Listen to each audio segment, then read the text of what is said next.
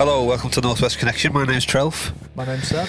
And today we're thrilled to have Tommy from the Quaintest show on Earth, a band that is the heart and soul of British music, the regulars on the Northwest circuit, but are no strangers to venturing further afield, at one point having a residency in Japan. Welcome, Tommy. Hello. How are you? Thanks for having me. Very good, thank you.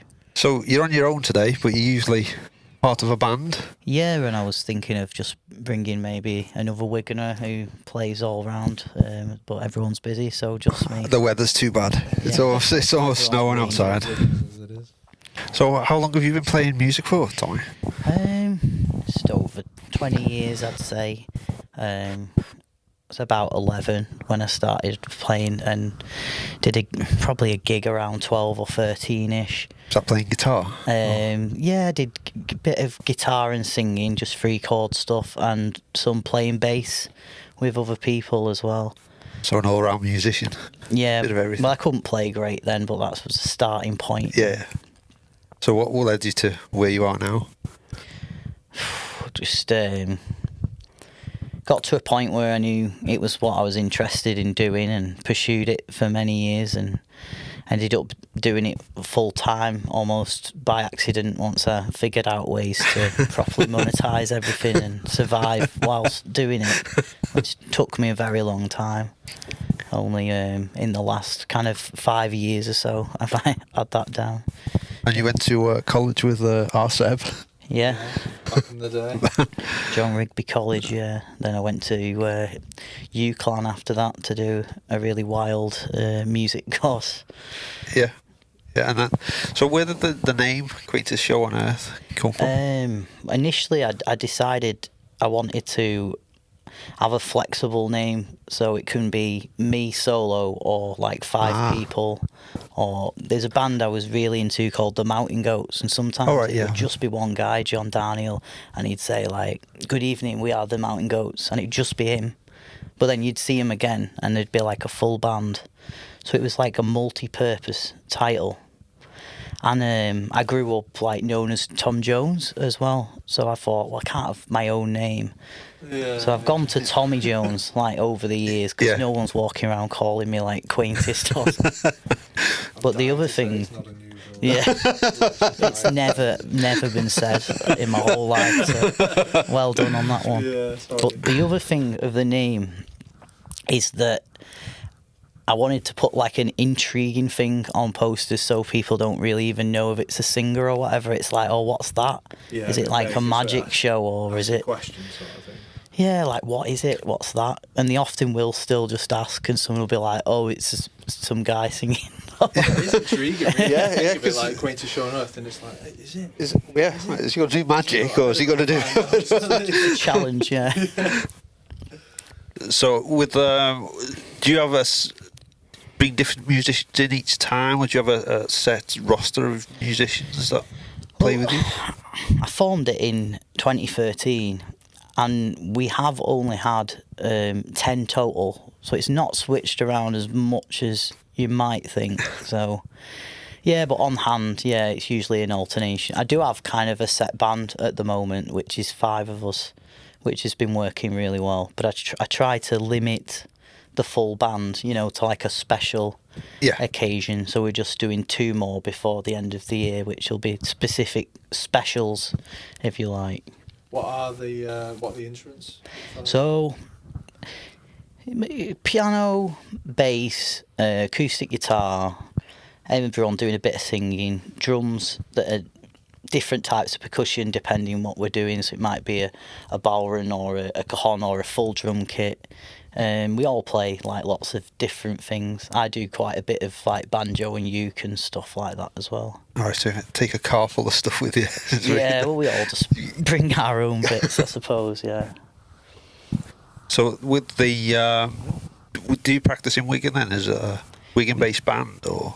Yeah, if we have a practice, we usually just all cram into my dining room, usually. Oh, right. And we play in the... Never had anyone practice at home before.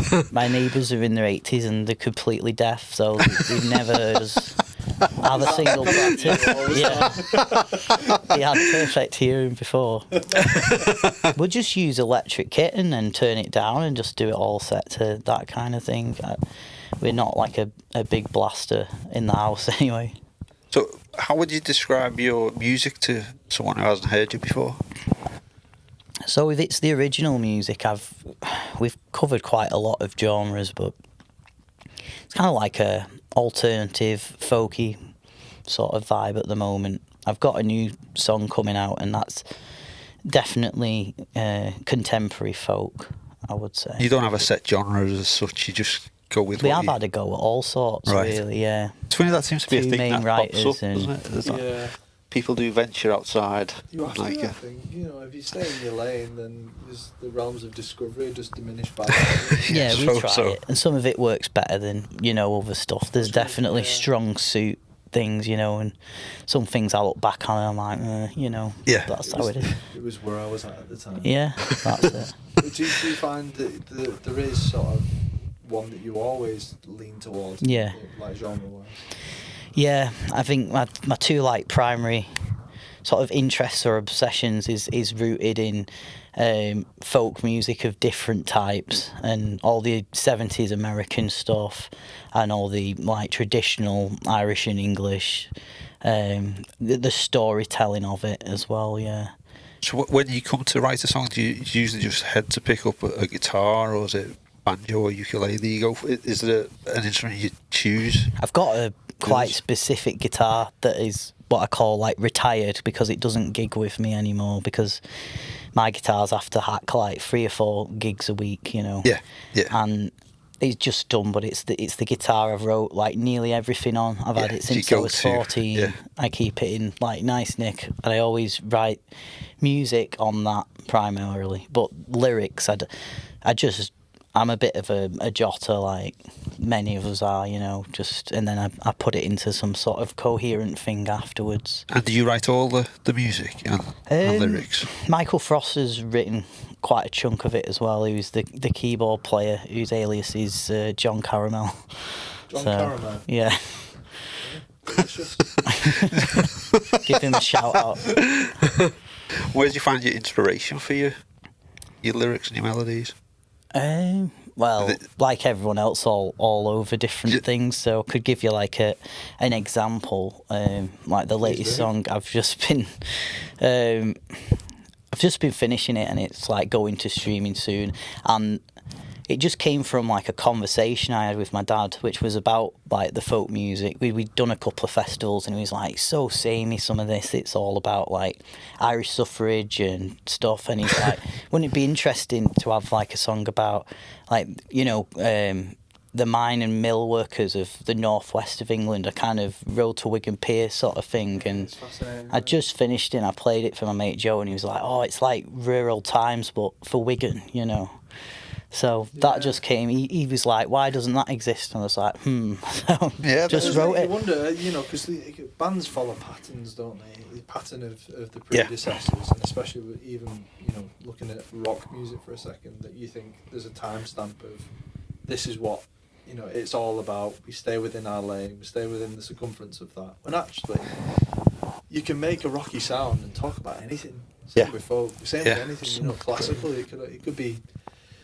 a classical sound could be dotted around war if it wanted to. Really. Yeah. Something There's great songs about like the weirdest, unnatural things, but we just get used to them, and we're just like, some of the all-time classics, like Bohemian Rhapsody or Bat Out of Yeah. Hell. It's absolute like obscene nonsense, really, isn't Yeah. it? But What's the one with? we'll sing every word. Oh, there's a really famous one from Leonard Cohen about the blue raincoat. Ooh, Oh, I'm you've not lost me sure. there. Yeah, that's so powerful. The lyrics in that. 'Cause Yeah. I think the first line is it's 4 a.m, middle of December, and it's just like proper storytelling, but it's really somber and it's quite Yeah. ethereal, really. Mm. Love that type of storytelling. The detail. Yeah, it is. It's detail, and I think modern music has lost a bit of that. Really, a bit of Definitely. the lyrics have become a bit more. And now it's got to fit into TikTok within so Yeah, many yeah, seconds. and that we were to- talking about Yeah. Yeah. last time with King Lear, that everything feels like it's all got to be quick now, and you're like, there's no But people do want to sit down at home and listen, don't they, to music? Yeah. And, I mean, if you listen to specific albums, they take you places. Yeah. And, you know, I think modern music, it can... I'm not saying this for every artist, but it can feel a bit safe sometimes. Yeah, definitely. And I think when you make something that you're comfortable with and you're happy with, you want it to be kind of dissected and listened to fully, and it becomes like almost someone else's song at that point as well, doesn't it? Because they're going to take something different from it you might not have ever even I also thought. think that, as you said, no one's really writing songs like about like Wigan at the moment, are they? Or where they come from. I think that's why I'm on my soapbox now in my head about it. I'm literally here now.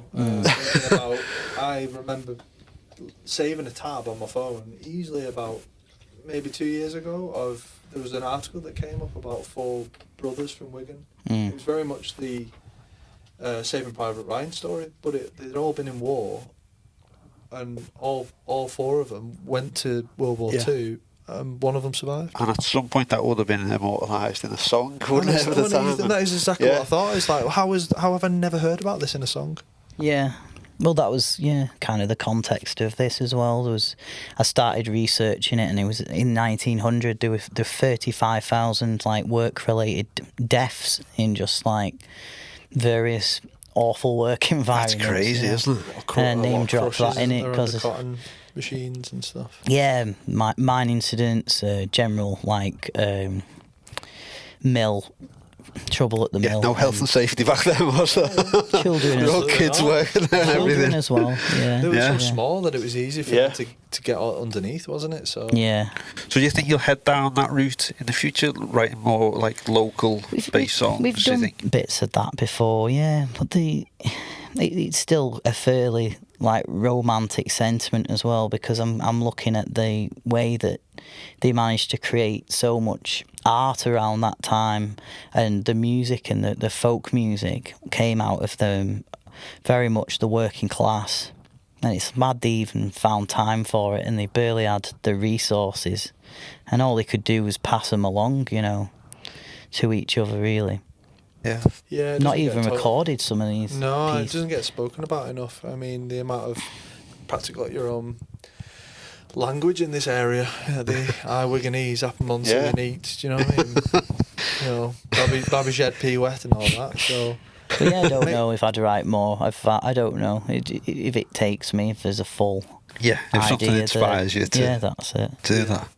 So do you self-record, or do you go into a studio to record with someone? We've done a mix of that. We have done stuff at the lounge, and I've done I've played on other people's music a lot as well, but the most part I have done just at home really, so I can have that time with it, because I'm not rich enough to be happy with it a lot of the time.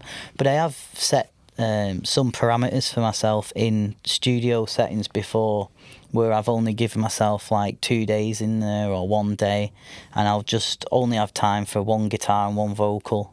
I have to get it down in that time, you know. Otherwise you're there. Yeah, I think that's good though as well. Yeah, I think that's really good. I go with finished songs though, but they change even in there, or the producer will be like, oh, how about this? And I'll be like, yeah, why not? Yeah, I mean, that's always good. You can get very complacent sometimes by being safe. Yeah, being safe. When it's actually like, could that go for a completely different... sometimes you just need a producer to give you that bit of feedback, don't you, to change the band it up will do that as well. They'll change it kind of completely, because say you've only written it one instrument, one voice. Yeah. And you don't tell them what to play, they're going to do their own thing, and you might think, oh, that's too much, or that's not enough, but letting them bring their own stuff to it, you can't do that, you know, because you're yourself, so you've got to get out of your own head with it sometimes. Do you find, I mean, this is a thing I've asked this to a few bands already, do you find yourself staying simple sometimes, or do you find yourself overcrowding sort of things that don't need to be there? In arrangements? Yeah, I've been guilty of that, I suppose. It's like with the recording I've been doing this last month, I've been trying to bring it back around to basics in a way, to where I sort of started with it. because we'd done all this collab stuff, and some of it was like almost teetering on disco, you know, and just crazy sort of. Everyone does it, you know, and you get carried away. And I lost the song in there sometimes, and I'm like, I can't get it back. 8 minutes in. I can't get it back either, and I'm not sure I even want to put it out. And then it's like, well, it's a waste of time. So I don't know. Yeah, I have done that, and I'm at the moment trying not to do that. Doing a bit less is more at the moment. Yeah, it does feel that. And I actually saw a video of Slash talking about things within that the other day. He said his whole career, it started off simple, then it got really complex, and then as the age he's at now, it's come straight back to Gone back to the way it was. Simplicity. And he was Yeah. like, you know, I don't even have many, like, he doesn't have many pedals anymore. All right. He'll just keep it really simple. He's just like, it's all about where the guitarist is playing the instrument, or whether the drummer's playing it, or even the tuba player. Yeah. as you get older, I do think this is like a slightly older thing. Just because you can do something doesn't mean you should. Because I remember doing, you know, let's say like a cock rock gig, and I would fit as many notes in as I could in the break, because, you know, look how good I am at this bass or lead guitar. Ego takes over slightly. That's a whole genre that people love, you know, and you'll still, and you know, there is merit in that, and there's some great virtuosic playing, but I would just put it wherever I could kind of get away with it, you know. I think the rule with that, I hear it from sort of the older guys really, is that, you know, don't be afraid of silence. You know, don't be afraid to just play less. Yeah. You know, the gaps are where people find the interest. Service it. Yeah, exactly. It services the song, doesn't it? Pink Floyd are the masters of that, really. Yeah. Just one note, and it's all you need. The drummer just keeps the groove going, and then you look at Gilmour, and like there's moments within, even like Dark Side of the Moon, there's a few songs that you just think they've not played anything for like 15, 20 seconds, or it's just a note just riding out. Yeah. Do less. Yeah. You know? So you play a lot of live shows. Where's your favourite venue to play? What, like consistently, or like all time, or like Just all time. Oh, tell you what, let's phrase it. Let's have top 5 in the world. I mean, obviously, I don't know the answers to this, 'cause it's so kind of, but like interesting places I've played. I really like it when you get a nice theatre or auditorium. There was one in Huddersfield that was really nice, in Tears, that I played. That's the venue, not me. And the you were playing in Tears. How could you even see the strings? yeah, we had a great. I organised the anniversary of my band at the Old Courts Theatre, and that was fantastic as well. I like a theatre, really. There's a few where I'd love to play to like a pin drop audience, and if I can get that, I can get it sometimes, but it's not like a, you know, a guy who, I spend a lot of time playing pubs and all sorts of places, because I like to play many times a week, so. There's constant chatter in the background. Yeah, but sometimes you want to play your own stuff and you want to be heard, and that's. Yeah. But obviously, I've got to mention. I did have a residency in Japan as a singer as well, and there was a bar that I played like 4 or 5 nights a week there, and there was another bar as well that you could play that you had to get a ski lift to, because it was in the snow mountains. So you'd have to get your guitar up on the ski lift and go all the way to the top, change your shoes, change your tuning by the time you get there as well. Yeah, and that's just magical because it's so bizarre, you know. I can imagine. Yeah, there's a couple of firsts for the podcast there. Someone playing Japan and someone having to get a ski lift to a venue. Yeah, but I've played terrible places as well, you know, that's something. I think we've all done that. I don't know if I'd name them, you know, because it's tight, isn't it? They're trying the best sometimes, but... Or maybe they're trying too hard. Yeah, or they are just not trying. Yeah. So what would your what venue would you like to play the most that you haven't played? That I've like never played? Yeah, is there a venue you'd love to play? Even if it's unattainable, just like obscure little stages at Glastonbury and stuff, or like maybe a not even a medium, like a just below medium. I'm not like a stadium performer, you know what I mean? It'd have to be the Everyone right says the level pyramid of- stage. I'll be honest with you, it doesn't attract me at all. It's not my style though. No, I've never wanted to go. Never been interested in it. I think I'm a bit more towards where you're at with it. To be Okay, I honest. think There's still amazing like, I like venues theatres. on site and stuff like that as well. Yeah. Oh, I'd do the the Albert Hall or something like that as Theatre. well. Yeah. You know, I Yeah. get it. You're just drawn towards natural acoustics. I think maybe more so. But I would do something interesting and fun with it as well. Maybe get a small, quartet or some brass. And nice. Yeah, I've always liked the idea of doing obscure stage design and prepping as well. I always like it when the artists do something fun with that. Like going back to Floyd, the Wall Tour is just like amazing, isn't it? It's such a spectacle.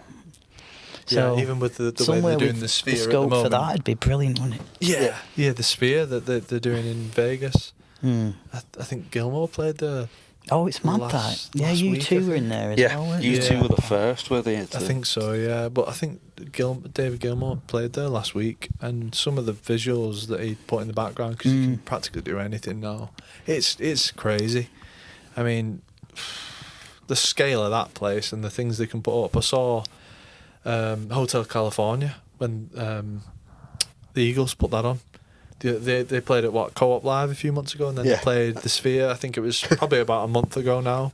And the visuals they had, it's basically like a music video that they had of, while they were playing of Hotel California, and it was so cool.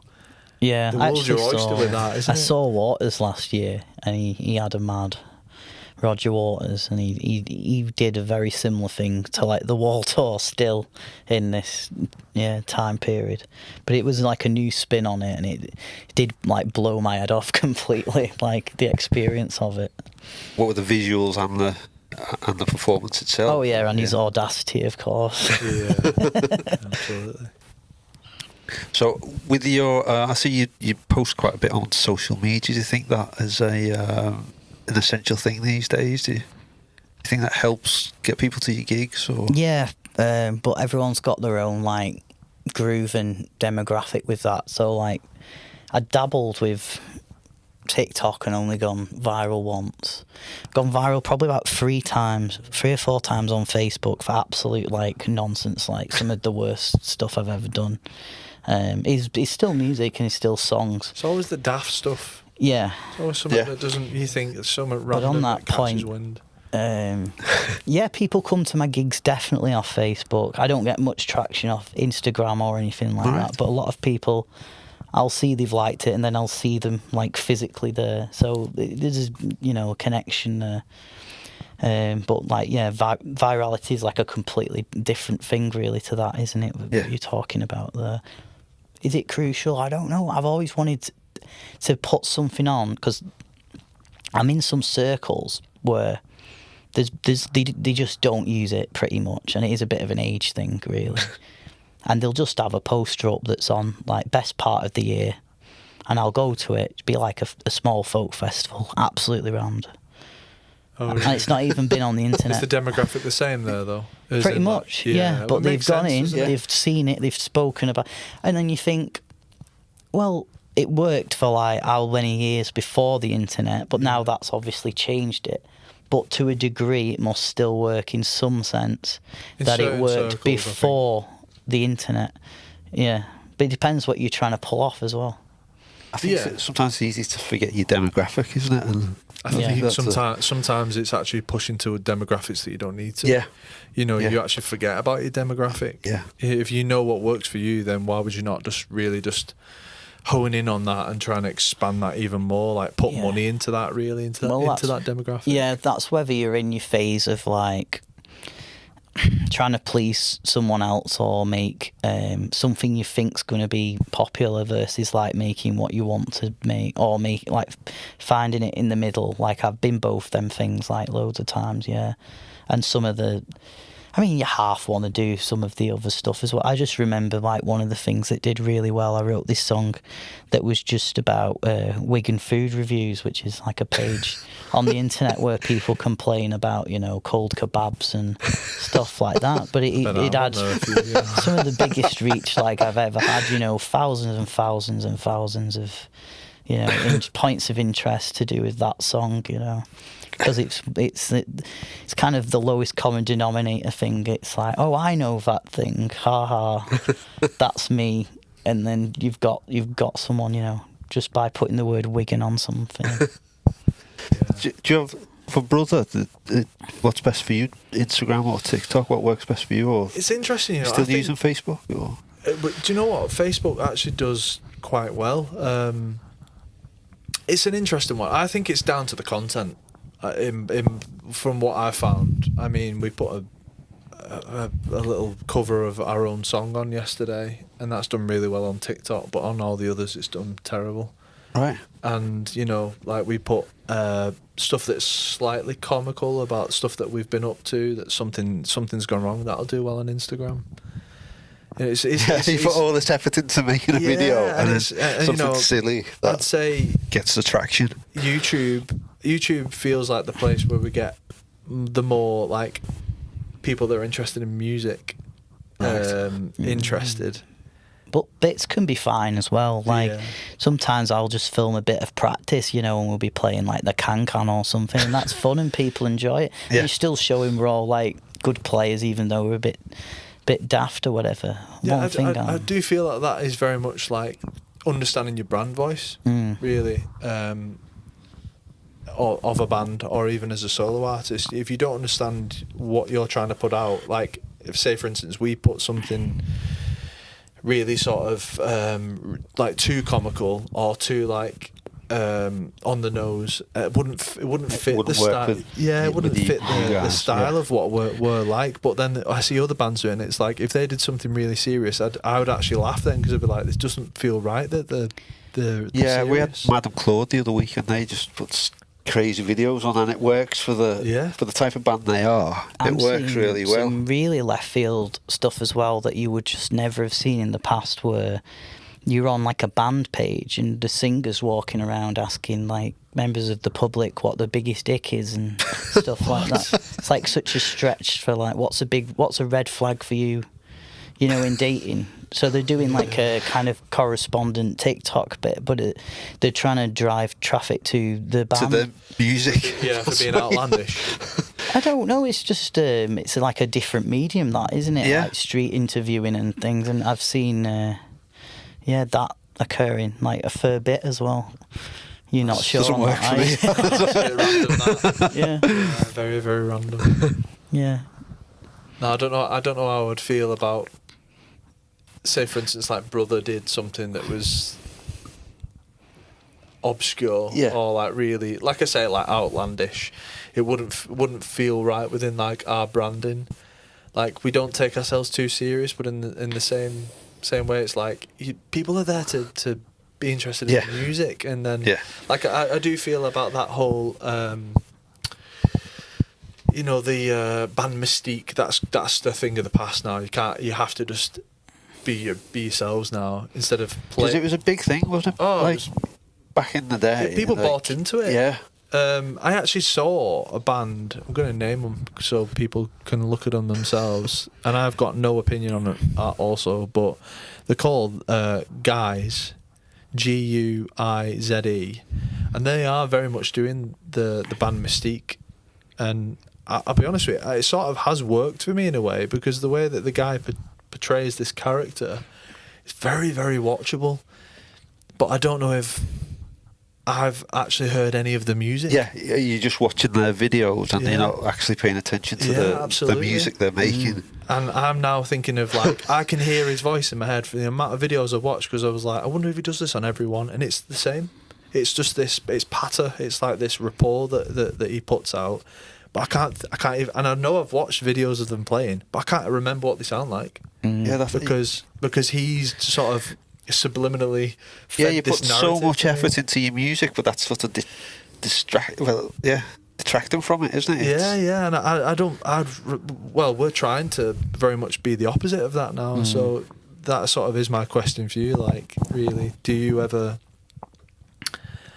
want to be something that you're not? I suppose within the music that you play, Like play a character. As yeah. such. There's Do you do that when you stage do live? persona stuff, I suppose. You get that more when you put the instruments down, you know, when you get to sing a song without a guitar or something like that, because you focus so much on the playing and the singing at the same time. But yeah, I don't think so, really. That's part of, there's no, like, real persona or anything that I can think of.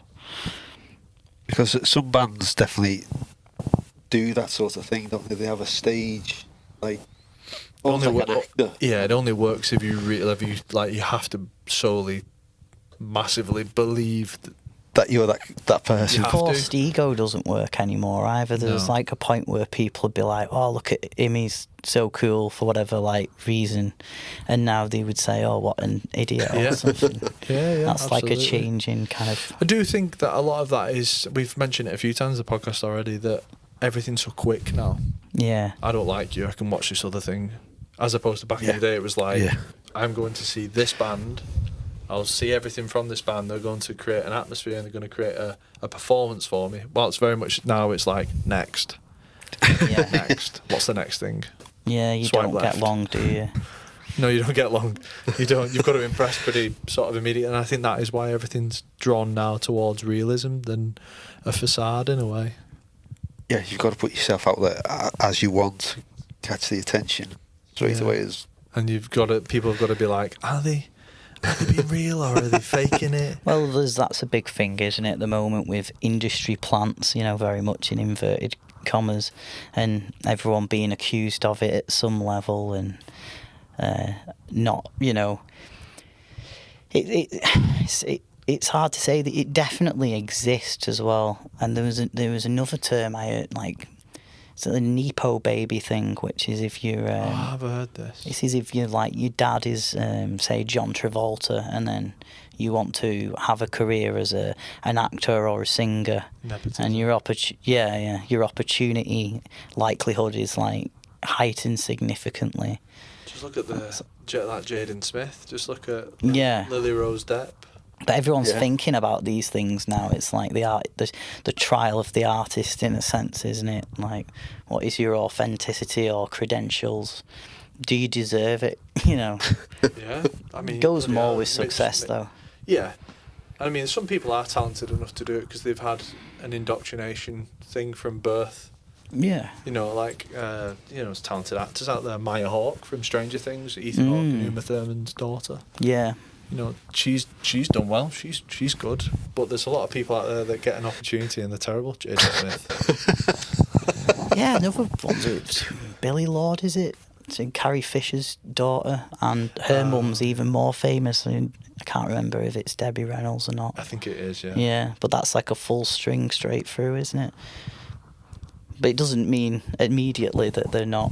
I think there was an amazing example recently where it was Kanye West's daughter singing in the Lion King anniversary or something, and it was like a very tone-deaf performance. And these other mums had all shared their accounts of how they thought the kid had got the job. Oh, I think I saw that. Yeah, they'd been working towards it the whole life, and then Kanye walked in or something. Yeah. Sounds about right. Yeah. Yeah. So some fun questions for you now. Okay. If you could add one famous musician to your band, who would it be? Oh, right. Not that you have to throw one member of your band out. Yeah. He's up to 10. He's only got 5 at the moment. You just keep adding them in. The thing is, like, a lot of the top answers, they would just make it not my band anymore. You know, if you put a Bowie or an Elvis in there, it's game over. What about so an obscure one? What? An obscure one. An obscure one. Probably someone I could co-write with and do like a dual-fronted band. You know, because I always teeter towards that anyway, because I give people like a lot of sway in it. So it'd have to be a good team player in a duo. Maybe like a George Harrison or something like that. don't know why I had Elvis Costello in my head. Yeah, he'd do good, I Yeah. think. Yeah, he does a lot of that sort of thing. A massive fan of like how Elton John writes music, and that he doesn't do lyrics as well, which is like appealing in a sense. And you But think of how he would just, deep it would his be lyrics his are. band immediately as well. So Yeah. he's not great to work with apparently as well. His lyrics are like really dense though. Well, he doesn't write any. Ah. Yeah, Well, that's there we what I was go. saying. So Yeah. I could do the words, but Yeah, he does the music and Bernie Taupin, is it? yeah, Does that's the, right. Yeah, Right. The lyrics, yeah. yeah. So if you could only listen to one album for the rest of your life, what would it be? Oh my god. He's thinking. I know you can't see it, but Yeah, I've no idea. Probably something that wouldn't like bother me too much, because it's obviously going to become like torturous, like eventually. This is the only album you can listen to as well. Yeah. Is it? Yeah. Oh goodness.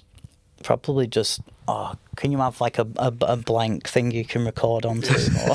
Saturday inside me if it need be.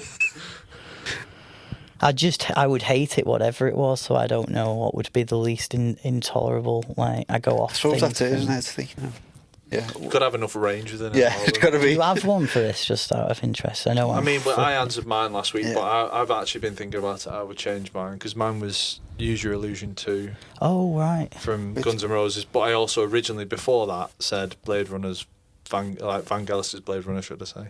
Yeah. But then now I'm thinking about But it. that's a That bit- is so samey the Yeah. whole way through, and so is Use Your Illusion 2. Yeah, I listened maybe. to it the other day, and I got bored Is by it not- like After a Strange. I just know this from the examples of songs that I kind of really don't like anymore, from like either covers gigs or radio plays that are like such implicitly like great songs. It's undeniable, but I just can't stand them. Yeah.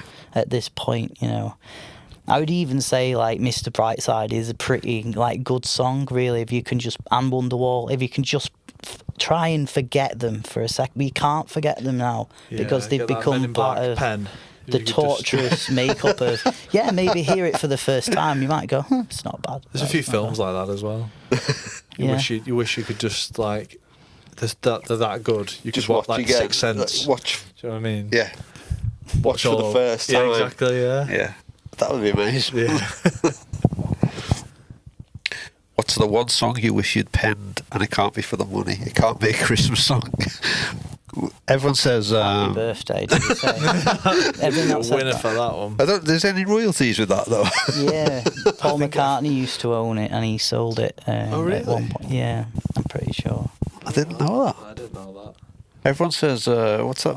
Mariah Carey won the Christmas one. Oh. All I Want for Christmas. Yeah, Is because you You. think of the money. See, I that's a reckon good SAS song use as that well, for but it's torture terrible. techniques, you know. Yeah, it's terrible, but it is a good song like that. Everyone Right, knows it. So, like, do I want? So not for the money, just like, oh, that's a Yeah, perfect just song. that is the perfect song. That's the perfect It's another arrangement. quite annoying. There's a couple of like quite annoying ones I just really like at the moment. Country Roads, the original one. I also like the Japanese version, which is from Whisper of the Heart, and the Japanese version. it's really good. They love it in Japan, and they like the English version more. Something like I don't know, just like a Rocket Man or something. I'm always trying to write my sort of Country Roads or Rocket Man or nothing Right, you too said- long. it's Something weird, you said nice, Rocket solid Man. 3-minute sort of ballad is my kind of. My head was going more towards Tiny Dancer actually. Yeah, I mean that's a fine I mean, so, example as well. Um, Some of the stuff they were writing for Elvis in like the mid 70s is absolutely perfect Yeah. as well. I do think The ballads. the first one that came to my head was Blackbird. To be fair, Yeah, there's so many Beatles songs where they're Yeah. just like well-rounded, perfect little songs. Yeah, they'd be hard to even compete against but it's each interesting. other. We go towards stuff that melody with both of those actually don't. Actually, no, I'd say Tiny Dancer does. It does go somewhere really, but Blackbird stays quite consistent Yeah. the whole way through. It's a very simple one as Yeah. well. Not chord-wise, just in terms of the little. It's got like a really basic little foot tap, acoustic guitar, and a vocal. I think that's the take they ended up using. There is a like over convoluted version somewhere. Yeah, I think Tiny Dancer actually, I mean, it gets a bit more dramatic, doesn't it? Yeah. Yeah. But I don't know whether that's a layered thing, really. If you isolated the piano, would it be as dramatic? So, you got any new music on the horizon? Well, yeah, I have incidentally been mentioning it because I hadn't finished a song in a while, and I was trying to get back to just slowing down a bit at the same time as getting back into it. And by that I mean, let's just do one song, put a bit of time into it, promote it, try and get someone to actually listen to it. Because I write so prolifically, I can just do like an album sometimes, and just in short space of time, and I'll put it out, and it's like, do people want to listen to like one whole album in one drop? I'm not spreading it out properly, so yeah, I'm just so you're doing not this thinking single the for now. sort of business side of things, really, if you think of it that way. I was working too like impulsively, I suppose, with it. So yeah, I'm doing one song at a time. So I've got this one that's coming out. It's like a folk song, and it's like a rock and roll pastiche song. I'm going into Spirit Studios and just redoing the drums properly, because drums in your own house is really not the way to do it. Yeah. And that's, well, unless you're obviously a master of your field, but just neighbours hate you as well. Yeah. I've struggled with that my whole life. You know, but his neighbours are deaf. That's true. I'm going to start doing it in your house. that's right. I have practice pads at mine. I have silent cymbals and basically like a Someone's drummer would still have like a snare pad, a practice one. I have a full drum kit of them. Did the neighbours say you does still anyone hear it? Can't hear it in they another can't hear room. it at all? No, I Oh, put my right. headphones on, and then as soon as I put my headphones on, I actually can't hear I thought myself. you were going to say you could just hear the tap. I put my headphones on, I can't hear myself drumming, then I go, fuck. It's just counterintuitive. It's actually that good, it's that beneficial. I can't even hear the shit I'm playing. But it's very good for the neighbours. Yeah. Not good for recording though. Yeah, I've never really been able to record drums. It's just not something in my arsenal. But so I'm doing the folk songs like will be out when you hear this probably, and then the other one we're doing is like a rock and roll pastiche, I suppose. It's kind of the sentiment of it is, it's called 2K rock and roll, and it's about bringing rock and roll and old flavours of things into, you know, a modern setting, I suppose. Like it. Yeah. So, do you think that you will go back to writing an album, or do you think the days I've of an been album told sort of to. over for an unsigned band? I've been told to put them all out separately and then delete them and then upload them as EPs or albums or something. It's a weird one, really. It sort of always comes down to what you want the outcome to be, I suppose, doesn't it? Like if you're such a prolific writer and music maker, that like why would you keep that from people? But also, like, if I have my own belief of it is, you don't write music for it to not be heard. Yeah. You know, and people be like, yeah, I write music for myself and I love creating music. It's like, but music is made to be heard. Yeah. In its natural form, if you think of it that way. So why would you not want to create a sort of plan behind that for people to get behind it and then release the beast, if you want to call it anything? Yeah, that's true. I have known people to write and play who don't like to be heard at all, though, which is an interesting thing. Yeah, I mean, I'm very much like, you know, you didn't decide to pick up that guitar just to play in your isolated bedroom. Yeah. That's my own point. Well, on maybe it, they know. want to, but they don't feel kind of capable of You've it. not got the confidence to. Yeah, because that is a tough thing in itself, isn't it? You're laid bare these days. If you put something out into the internet, people could say like anything about it, couldn't they? Absolutely. You put yourself out there, get ready to be scrutinised. That's the form. I had one recently, and I'd been playing at this Irish bar, and I'd just done a Rolling Stones song, and I think it had really upset like an Irish guy online, and he said something like, "Hope no one paid, spelt Pade, this Egypt to sing," or something.